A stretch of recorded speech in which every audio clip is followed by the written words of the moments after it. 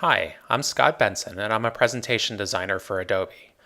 I'm here today to talk a little bit about my thinking when it comes to creating a presentation. There will be a few technical tips and tricks, but the main focus here is on the philosophy behind the slide deck and things to have in the back of your head before you even start creating slides. So let's just take a super high level view here. What is the point of a slide presentation? Why do we make these? Usually when I ask this question, I get answers like it shows information visually, or to help me remember what I'm supposed to talk about, or because my company made me do it. The short answer though is support. Slides work hand in hand with your talk track to get an idea across. Giving a presentation is a two-part deal. The first and most important part is the talk track. The spotlight should be on you and what you're saying. The reason you're presenting this and not just emailing out a PDF is that personal connection you make with the audience. You are what really sells the idea. The second part is the graphics, which again are there to support you. You use them to augment your talk track by visually engaging your audience. They serve as a supercharger, a wingman. They exist to reinforce your talk track, not to stand alone. Standalone information design is a totally different thing. That's called graphic design, and it's for creating much more information-dense documents like pamphlets, brochures, and the like. These are meant to be consumed at the audience's leisure. Presentations, on the other hand, go at the presenter's pace. The graphics must be consumed quickly so the attention can get back to you. So let me go over a few common slide types here. A large visual is one of the most common things you'll find. When you fill a slide with a photo, it sets a mood. It acts like a scene change. It doesn't need to be literal, although in some cases it helps. It just needs to work with what you're saying and inspire people. A chart. You can say 64% of people like bananas, but actually showing this graphically triggers something that helps a person truly believe it. If there's reliable data behind your claim, it goes much further than asking someone to just take your word for it. That said, your audience must be able to comprehend it at a glance. A pithy quote, a mission statement, or a transition. Even just a few words are impactful when put on the screen in stark black and white. So what did all three of those have in common? They were fast and easy to digest. You can absorb the point of each of those in 10 seconds or less, probably even 2 or 3 for these. And then once that's done, you can turn your attention back to me and listen to the detail and the story that I was telling around them. 10 seconds or less is the goal you should aim for when you're thinking about how long it should take your audience to get the point of your slide. So the first, best, and most important rule of building a presentation slide deck, and really the only rule I'd love for you to take away from this whole thing is, your graphics should always support you, never compete with you. Okay, so now you have a good foundation. You know the nature of the beast you're working with. Time to get in gear and make a deck, right? Well, this part can get really overwhelming quickly. Luckily, there are 3 steps you can apply to any slide, any presentation, or really anything at all that'll help you make sense of it. Distill, normalize, emphasize. That's it. Distill. This is where you take an axe to your content. Get rid of everything off the slide that's not needed and whittle it down to its core message. Look at absolutely every last thing on the slide and ask, is this needed? Most of the time, the answer is no. Pull it off the slide. Normalize. Now you take whatever's left on the slide and you make it all the same size, the same font, the same style. Kill all the bolding and italicizing and colors and everything. Align and evenly space out all of your objects.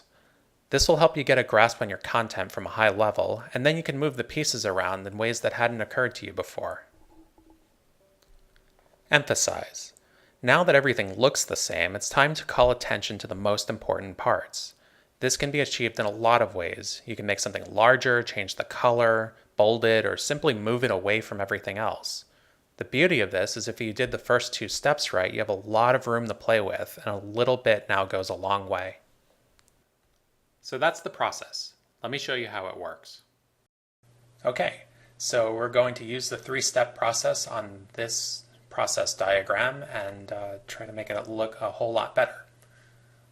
Okay, so the first step that I do, usually when I see something complicated like this, is duplicate it.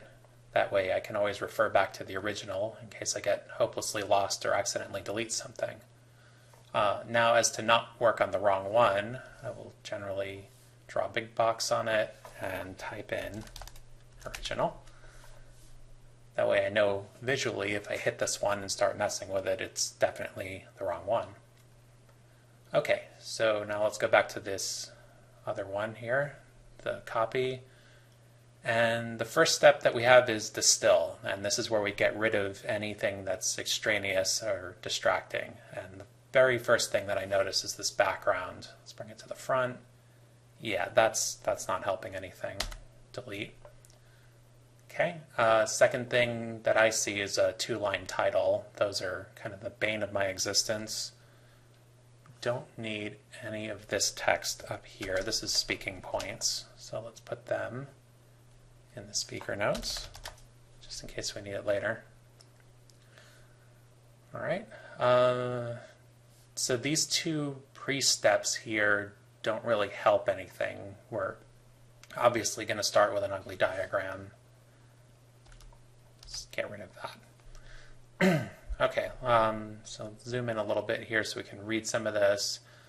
So when reading through it, I noticed that this isn't actually an ordered process at all. It's just 3 bullet points really in each bucket. So we don't need these arrows. Really distracting. So I think that's about it for what we can cut initially. So let's move on to the next step, and that's to normalize. Now here's a really great trick for that. You just draw a box, make the outline something like blue, make the fill something like white. So I'm typing something in there. Looks like the text is white, so we want that to be black. And that is basically your style guide for this. So what you do on the PC is you hold Control Shift C. On the Mac, it's Command Option C. Select everything else, Control Shift V, and all of that garbage formatting is gone. Now I can delete my original box, and this is already a lot easier to digest here. Okay, so still keeping in the normalize mode, I want to make everything look about the same and give it all equal weight. So when I was looking through it before, I noticed that there were 3 kind of section headers to still normalize, emphasize. So that's these 3 things here. Let's move them up above the buckets, and we're going to make them no fill and no outline. And we can just get rid of the words it too, because it's not helping. Definitely don't need that. And let's just make this the same as distill and normalize title case.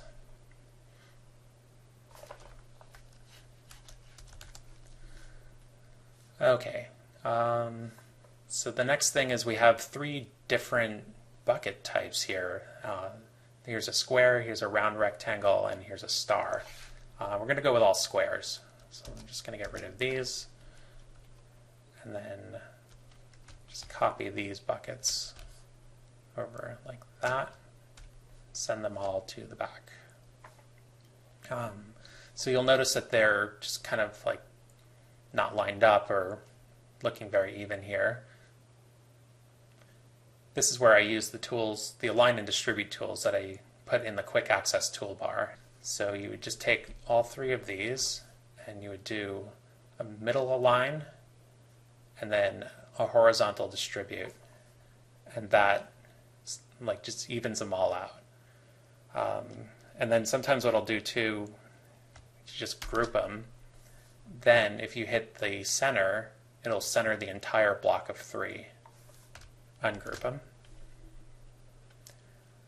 Okay, so let's see, we've got these 3 steps in this one and these 3 in this one and just 1 here, but this is a lot of text for something like that, so that's something where I'm going to cut it down.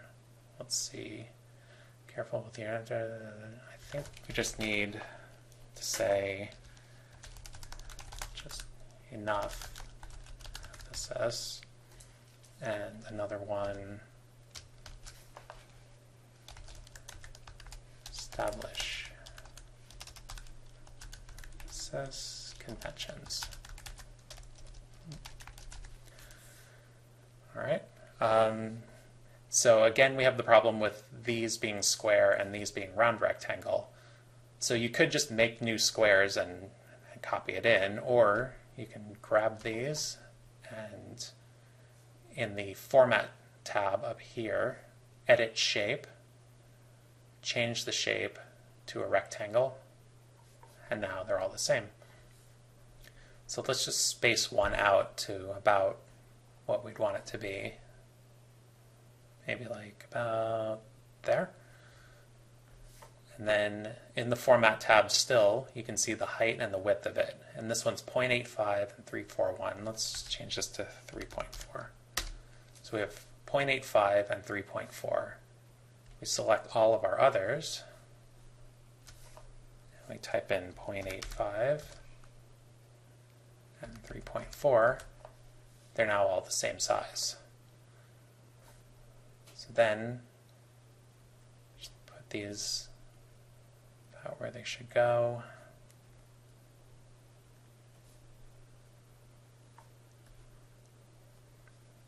And I'm just going to move this for now. And this, I'll add these back in later in a nicer way. So these boxes are all actually a little bit too wide to put an arrow between them. So if I grab them all and then hold Control and Shift, I can resize them all to maybe about there. Okay, so now take these three and align them center and distribute them vertically.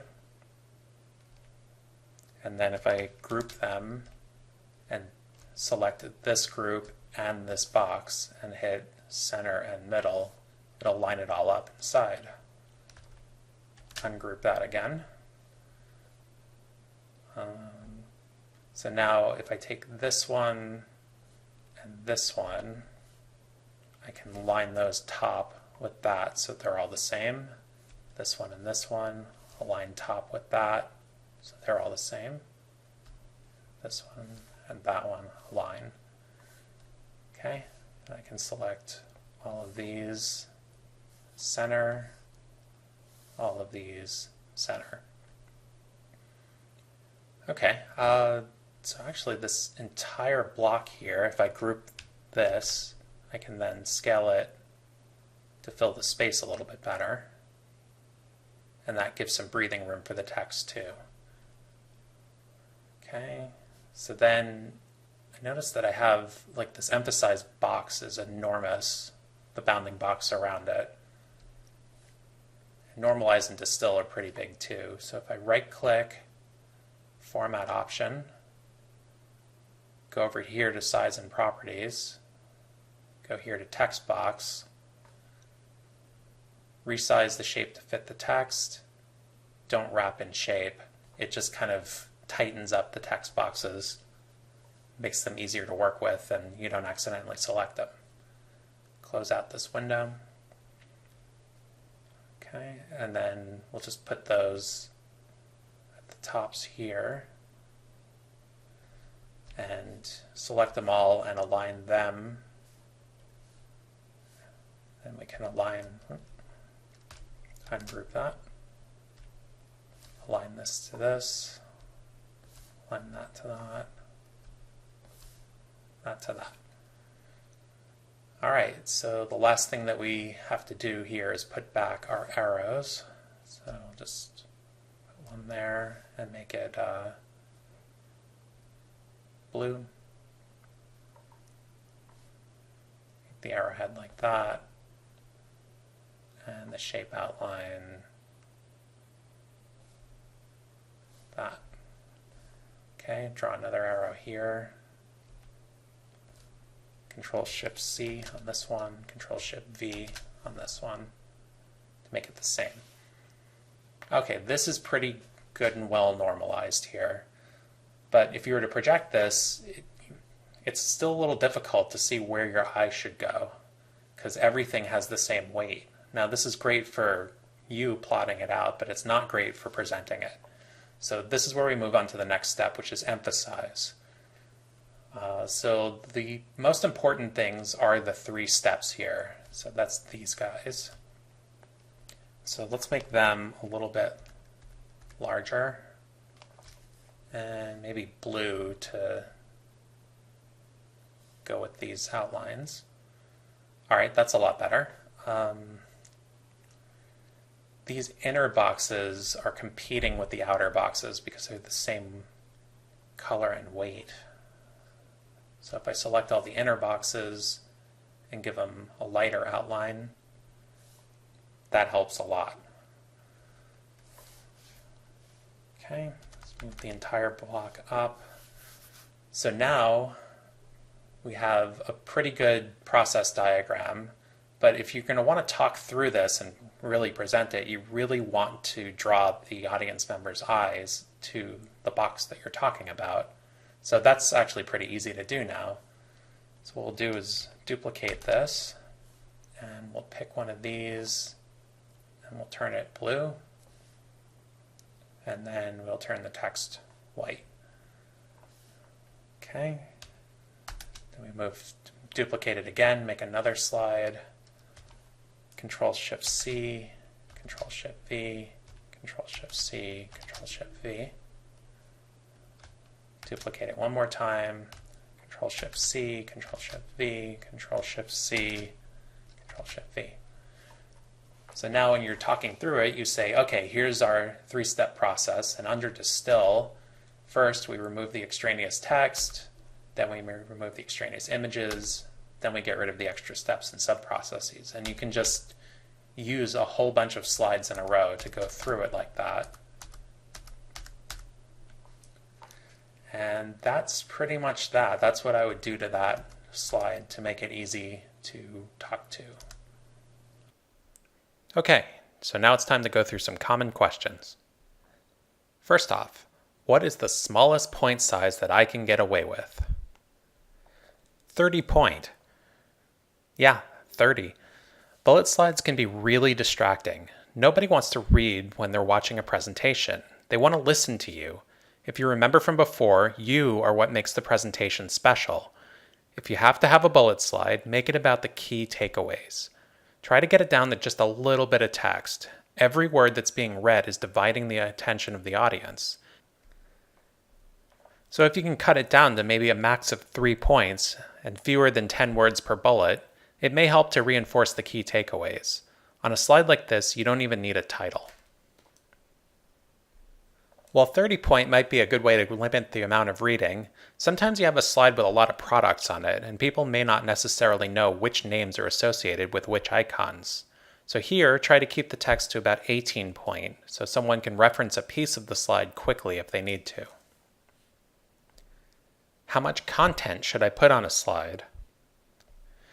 Turn the question on its head.